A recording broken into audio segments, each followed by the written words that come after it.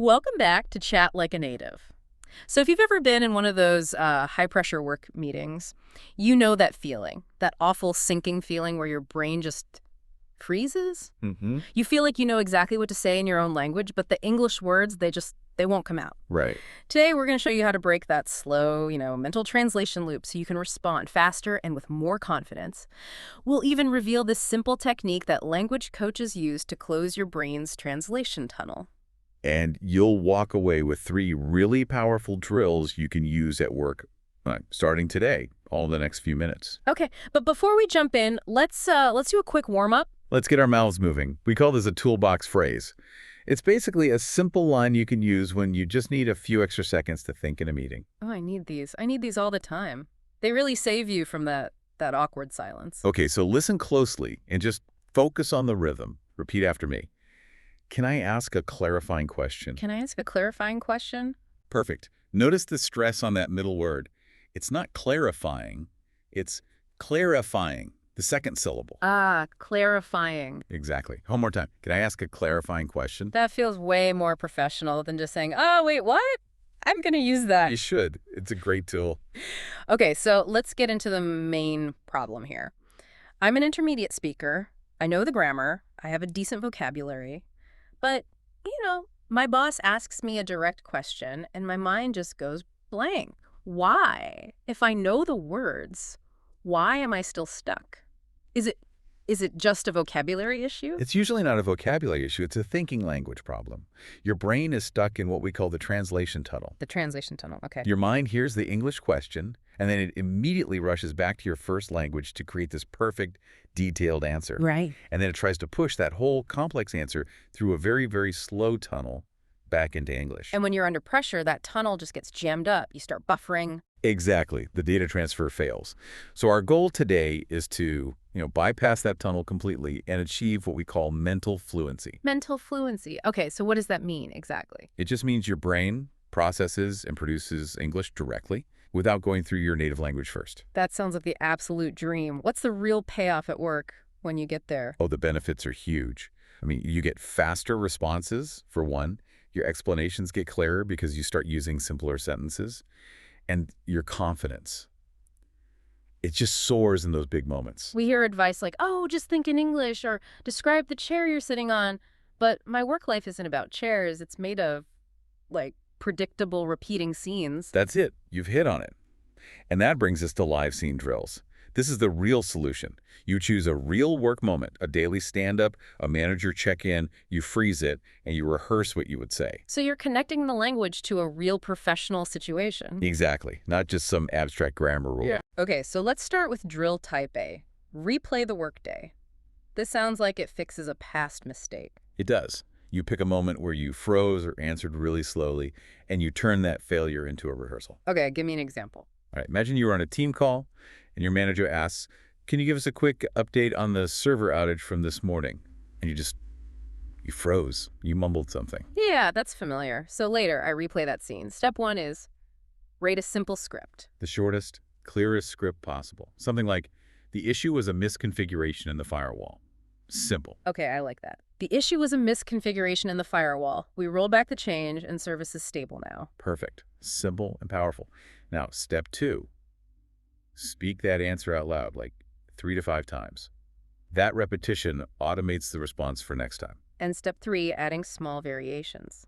I like this, so I could make it shorter or maybe change the tone to sound a bit more confident. Right, so it doesn't sound too robotic. Okay, let's try one. Yeah. You be my team lead. Okay, I'm your team lead. We talked about a bug report yesterday. I need a quick status check. Is it resolved? Okay. Practicing drill the bug is quarantined, and we are adding an extra check to prevent this issue from happening again. That was great. Really effective. Did you notice how simple your sentences were? The bug is X, and we are adding Y. Yeah. You didn't try to translate some big, complicated idea. You just prioritized being clear. It feels much safer. I guess the goal isn't to show off my vocabulary. It's just to communicate that things are under control. Exactly. Okay, so type A drills fix the past. But now we need to prepare for the future. This is where we talk about English zones. I've heard about this, but I have a question about the digital one. If I change my work laptop to English, won't I just, I don't know, get frustrated and start ignoring all the menus? That's a really valid concern. But the point of the digital settings English zone is about constant low-effort exposure. Yeah. You're not supposed to study it. Hmm. You're just training your brain with micro-reading all day. The buttons, the notifications, you just see them over and over, and it prepares your brain for the real work. I get it. It's like immersion, even if it's passive. Precisely. Another great zone is task narration. This is where you just quietly describe your job tasks to yourself in English. So, like thinking to myself, I'm updating the spreadsheet for Monday's meeting, or, okay, I need to check the server logs. Yes, you are literally building your inner work voice in English. Okay, let's talk about drill type B practice in real time. This isn't replaying the past, it's getting ready for what's about to happen. Right. Think of it like a safety net. Before a predictable scene, like your daily stand-up meeting, Yeah. you just prepare 2 or 3 foundation lines. So if I know they're going to ask what I did yesterday, I could prepare. Yesterday, I worked on the final stage of the database migration. I don't have to write a whole speech. No, just that. You have those lines ready, and they become your anchor. You start with that foundation, and then you can try to flow from there. And the really important part happens after the meeting, right? The 1-minute upgrade. Yes. You immediately ask yourself, which sentence felt slow? Or where did I feel myself translating? Yeah. You refine that one sentence and say it out loud a couple of times. It's like rewriting that little piece of slow code in your brain right away. Instantly. Well, the memory's fresh. Okay, let's try a drill for this, a substitution drill. We can use a foundation phrase for explaining a delay. The phrase is, I'm blocked because I'm still waiting for X. Okay, I'm ready to substitute. I'm blocked because I'm still waiting for... I'm blocked because I'm still waiting for access. I'm blocked because I'm still waiting for... I'm blocked because I'm still waiting for the data. Good. And one more, this one's really common. I'm blocked because I'm still waiting for... I'm blocked because I'm still waiting for final client approval. See? That becomes automatic. You train your brain so you don't have to build that whole sentence from scratch every single time. It's just there when you need it. Okay, let's talk about the emotional side of this.